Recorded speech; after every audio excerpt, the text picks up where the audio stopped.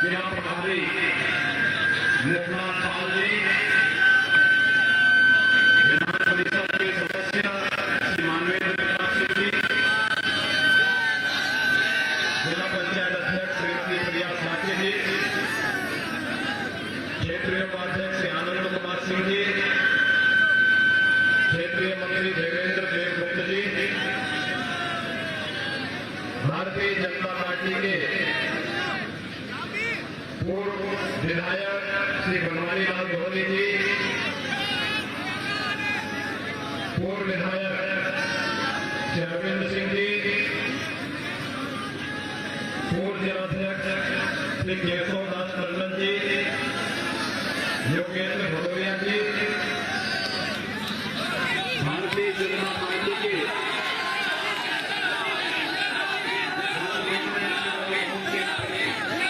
विधायक प्रत्याशी पार्टी जी, प्रवासी भारतीय जनता पार्टी के विधायक प्रत्याशी श्री कैलाश राजपूत जी और लखनऊ से भारतीय जनता पार्टी के प्रत्याशी श्री पवन जी और भाइयों बहनों, मैं आप सबको आपके उत्साह के लिए आपका अभिनंदन करता हूं। भाइयों बहनों, 2 चरणों का मतदान संपन्न हुआ है और मैं सही बताऊं कि मेरी पहले दिन से इच्छा थी कि मैं यहां के कार्यक्रम में, कन्नौज के कार्यक्रम में आपके साथ सहभागी बनूं। चुनाव के पहले भी 2 बार मेरे कार्यक्रम बने थे, लेकिन श्री सुब्रत पाठक जी को अन्यत्र एक कार्यक्रम में व्यस्त रहना था, तो मैंने भी कार्यक्रम स्थगित किया था। लेकिन 2 चरणों के मतदान में व्यस्तता के बाद जैसे ही मुझे समय मिला, आज मैं आपके बीच में यहां पर उपस्थित हुआ हूं और आपने जो उत्साह दिखाया है, आपके इस उत्साह के लिए मैं आपका अभिनंदन करता हूं। लेकिन भाइयों बहनों, मतदान के दिन तक इस उत्साह को कम नहीं होने देना है। भारतीय जनता पार्टी भाइयों बहनों, बिना भेदभाव के प्रधानमंत्री मोदी जी के सबका साथ, सबके विकास के मंत्र को अंगीकार करते हुए, बिना भेदभाव के गांवों के विकास के लिए, किसानों की खुशहाली के लिए, गरीबों के उत्थान के लिए, नौजवान के रोजगार के लिए, बेटी और बहनों की सुरक्षा के लिए और शासन की योजनाओं को बिना भेदभाव के समाज के प्रत्येक तबके के तक पहुंचाने के लिए पूरी प्रतिबद्धता के साथ, पूरी ईमानदारी के साथ कार्य कर रही है। भाइयों बहनों, सरकार के मंशा उसकी नीतियों में और उसकी नीयत में बहुत स्पष्ट हो जाती है। उत्तर प्रदेश में आज के दिन पर कोई ऐसा दल नहीं जिसे आपने परखा न हो, जिसे उत्तर प्रदेश के अंदर शासन करने का अवसर न मिला हो। अब कोई ये भी नहीं कह सकता कि हमें मौका नहीं मिला। आज तो हम कह सकते हैं जब मौका मिला था तब उन्होंने क्या किया था। फर्क साफ है। भाइयों बहनों, बहुत दूर जाने की आवश्यकता नहीं, केवल मैं 2012 से 17 के बीच में बताता हूं। याद करिए, सबसे पहली बात तो मैं कोरोना कालखंड के दौरान आता हूं। भाइयों बहनों, पूरी दुनिया कोरोना से पस्त है। लाखों लोग इस महामारी की चपेट में आए हैं और इस महामारी के कारण तमाम लोगों को अपने को खोना, अपनों से अपनों को खोना पड़ा। भारत के अंदर कोरोना प्रबंधन प्रधानमंत्री मोदी जी के नेतृत्व में जितना अच्छा चला, जीवन भी जीविका को बचाने का जो कार्य हुआ है, वो अभूतपूर्व हुआ है। हमारी संवेदना उन लोगों के प्रति है जिन्होंने अपनों को खोया है। लेकिन भाइयों बहनों, कोरोना में फ्री में टेस्ट, फ्री में उपचार, फ्री में वैक्सीन और सबको वैक्सीन। आप में से कितने लोगों ने वैक्सीन ले लिया है? अभिनंदन आपका, बहुत बहुत अभिनंदन। एक देश की कोरोना के खिलाफ लड़ाई है जिन लोगों ने वैक्सीन ली है और वे देश को विजयी बनाना चाहते हैं। लेकिन भाइयों बहनों, जिन लोगों ने वैक्सीन के बारे में दुष्प्रचार किया, उनका क्या होगा? वे लोग मानवता के साथ खिलवाड़ कर रहे थे, आपके जीवन के साथ खिलवाड़ कर रहे थे। अब मैं आपसे कहूंगा, क्या उनको मुंहतोड़ जवाब देंगे अपने वोट के चोट से? आज बताने की आवश्यकता है कि हमारे जीवन के साथ खिलवाड़ करने वाले लोग कभी हमारे हित चिंतक नहीं हो सकते, और जो हमारा हित चिंतक नहीं हो सकता तो फिर वोट तो अपने सहयोगी को, अपने समर्थक को और अपने शुभचिंतक को दिया जाता है, विरोधी को नहीं दिया जाता है। और भाइयों बहनों, आपने देखा होगा वैक्सीन फ्री, अब तक की जितनी महामारी थी, इन सभी महामारियों में एक बात देखने को मिली भाइयों बहनों, बीमारी से जितनी मौतें होती थी उससे कई गुना मौतें भूख से होती थी। लेकिन भारतीय जनता पार्टी की डबल इंजन की सरकार ने भाइयों बहनों फ्री में वैक्सीन दिया, तो फ्री में हर व्यक्ति को फ्री में 2 बार महीने में राशन की सुविधा भी दे दी है। राशन मिल रहा है कि नहीं मिल रहा है? 2 बार मिल रहा है कि नहीं मिल रहा है? मुझे एक बात बताइए, 2017 के पहले राशन मिलता था क्या? ऐसे मिलता था? तो जो आपके संकट में, मुझे एक बात बता दीजिए, क्या कोरोना कालखंड में समाजवादी पार्टी के नेता आपके पास आते थे? बहुजन समाजवादी पार्टी के, कांग्रेस के? तो उनको ये बोलिए कि भाई जब आप विपत्ति में साथ नहीं थे तो चुनाव के दौरान क्यों आ रहे? 2-4 महीने और आराम कर लो, बाकी तो जनता में ऐसा के लिए आराम करवा ही देंगे। उनको एक ही जवाब देने की आवश्यकता है। भाइयों बहनों, इन लोगों ने जनता को गुमराह करने का कार्य किया, प्रदेश के नागरिकों के जीवन के साथ खिलवाड़ करने का प्रयास किया, प्रदेश को बदनाम करने का प्रयास किया। और कन्नौज का तो अपना एक इतिहास है।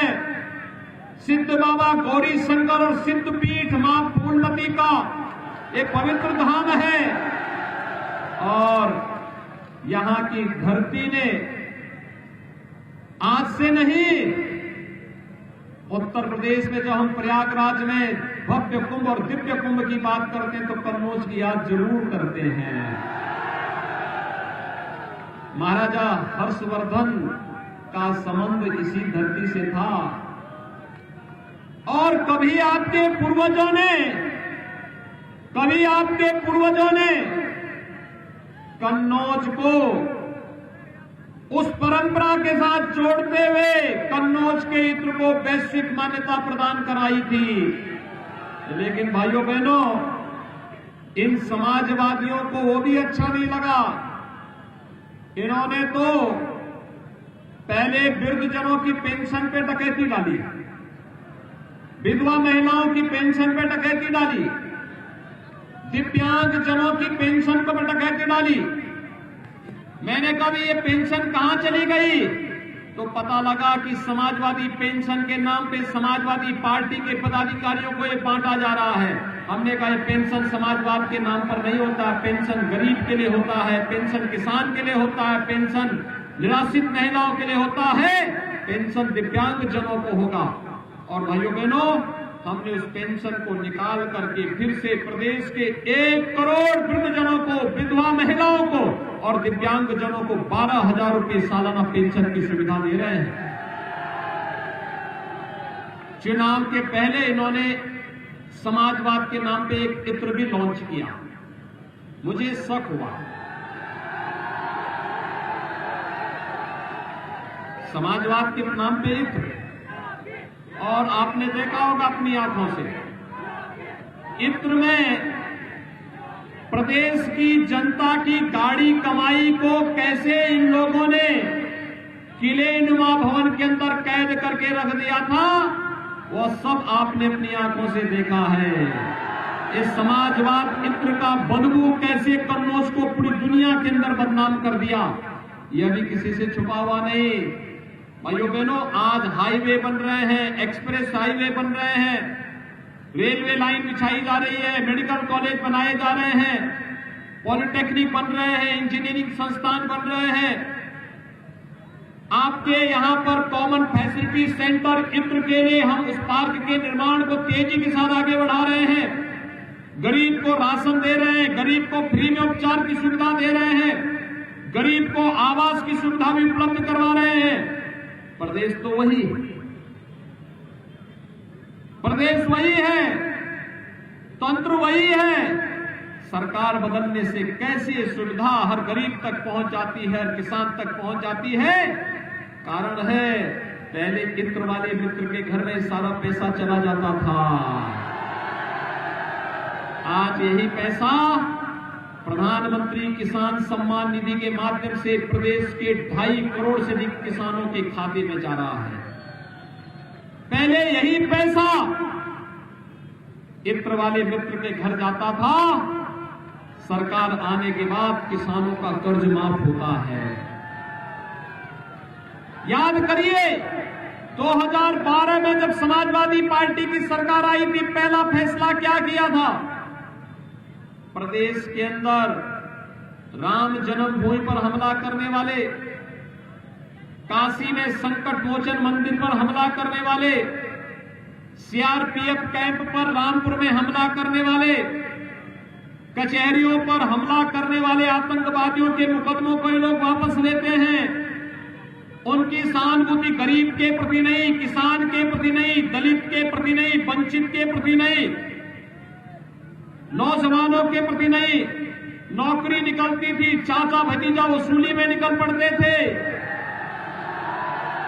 प्रदेश का नौजवान देखता रह जाता था, पैसा नहीं तो नौकरी नहीं, और उसमें भी क्या क्या खेल नहीं होता था, न्यायालय को स्टे देना पड़ता था। लेकिन भाइयों बहनों, उत्तर प्रदेश के अंदर आज सरकारी नौकरी प्रदेश के नौजवानों को मिल रही है, रोजगार मिल रहा है। वन डिस्ट्रिक्ट वन प्रोडक्ट के माध्यम से कन्नौज का इत्र एक बार फिर से वैश्विक मंच पर फिर से अपनी छाप को छोड़ने के लिए उतावला दिखाई दे रहा है। और भाइयों बहनों, आलू किसानों के लिए भी हम लोगों ने एक व्यवस्था बना दी है। फूड प्रोसेसिंग के बेहतरीन सेंटर स्थापित हो रहे हैं। आलू का न्यूनतम समर्थन मूल्य घोषित होकर के किसी भी किसान को परेशान नहीं होना पड़ेगा। सरकार आज उस दिशा में कार्य कर रही है। इन समाजवादियों ने जो समाजवाद के नाम पर केवल परिवारवाद का नग्न तांडव करते थे, 5 साल में 18,000 गरीबों को मकान नहीं दे पाए। लेकिन डबल इंजन की सरकार 43,50,000 गरीबों को एक एक मकान दे दी है, एक एक मकान दे दी है। 2,61,00,000 गरीबों के लिए एक शौचालय दे दिया है। और भाइयों बहनों, 9 करोड़ गरीबों को 5 लाख रुपए सालाना स्वास्थ्य बीमा का कवर भी दे रही है। और यही नहीं, 15 करोड़ लोगों को हर महीने 2 बार फ्री में राशन की सुविधा उपलब्ध करा रही है। भाइयों बहनों, ये है डबल इंजन की सरकार का लाभ। हमारे लिए सबका साथ, सबका विकास, सबका विश्वास और सबका प्रयास, ये हमारे जीवन का ध्येय है। लेकिन इन समाजवादियों के लिए सबका साथ और सेवई परिवार का विकास ही मात्र है। ये इससे ऊपर जा ही नहीं सकते। और भाइयों बहनों, आपने देखा होगा पहले लोग 5 साल पहले क्या स्थिति थी? प्रदेश के अंदर बहन बेटियां सुरक्षित नहीं थी, व्यापारी सुरक्षित नहीं था, किसान खेत में जाने से डरता था। और भाइयों बहनों, थोड़ी थोड़ी बात को लेकर दंगे होते थे, कर्फ्यू लगता था, महीनों महीनों कारोबार बंद रहता था। आज आप देख रहे होंगे कोरोना भी प्रदेश की रफ्तार को नहीं थाम रहा है और हम लोगों ने कर्फ्यू तो हमेशा के लिए बंद कर दिया है। कर्फ्यू का क्या स्थान आज कावड़ यात्रा ने ले लिया है।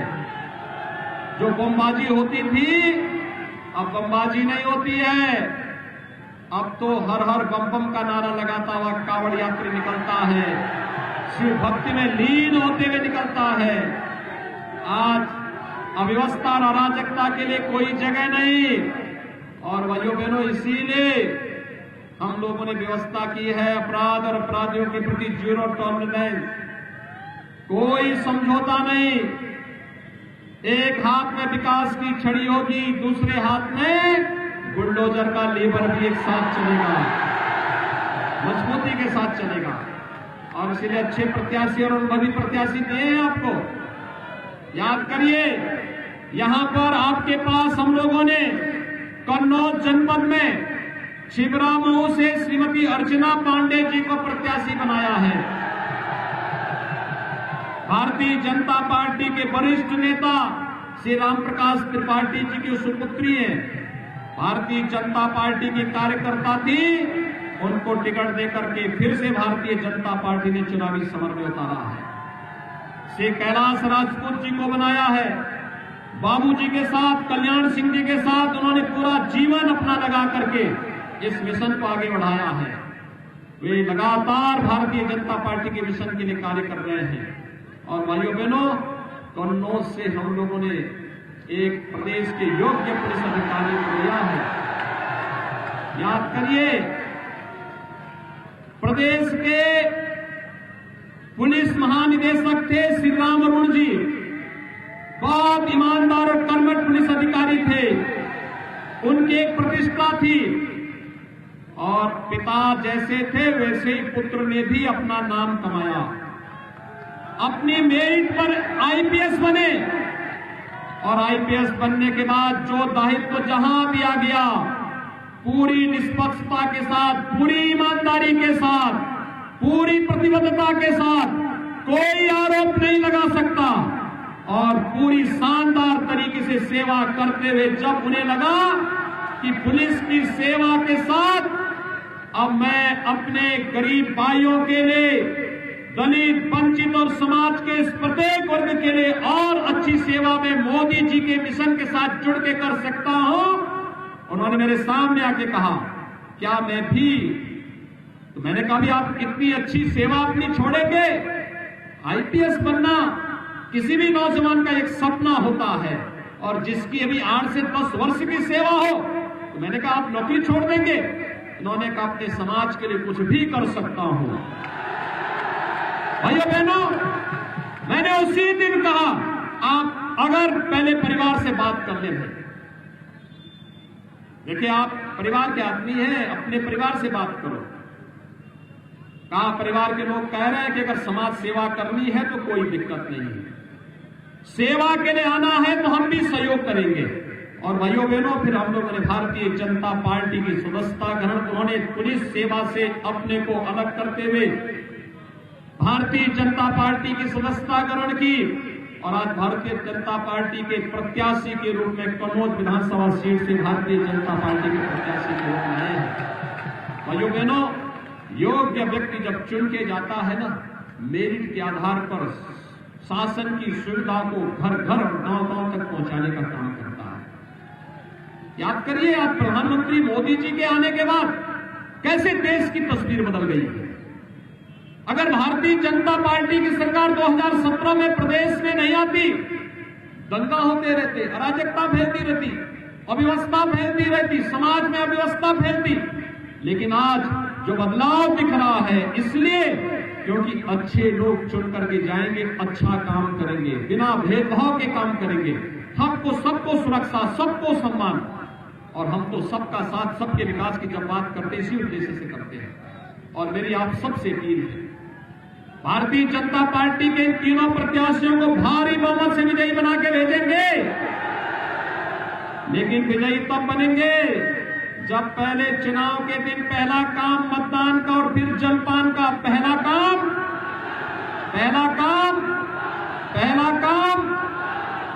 काम मतदान और फिर मतदान करने के लिए सभी लोग तैयार हैं। अपने मोहल्ले, अपने वार्ड, अपने गांव के प्रत्येक व्यक्ति को मतदान कराने के लिए और कमल चुनाव चिन्ह पर उनको मतदान कराने के लिए प्रेरित करेंगे। सभी लोग तैयार हैं। इधर भी सड़क के इस पार भी, इधर भी सभी लोग दोनों हाथ ला करके मेरे साथ बोलेंगे, भारत माता की, भारत माता की, भारत माता की।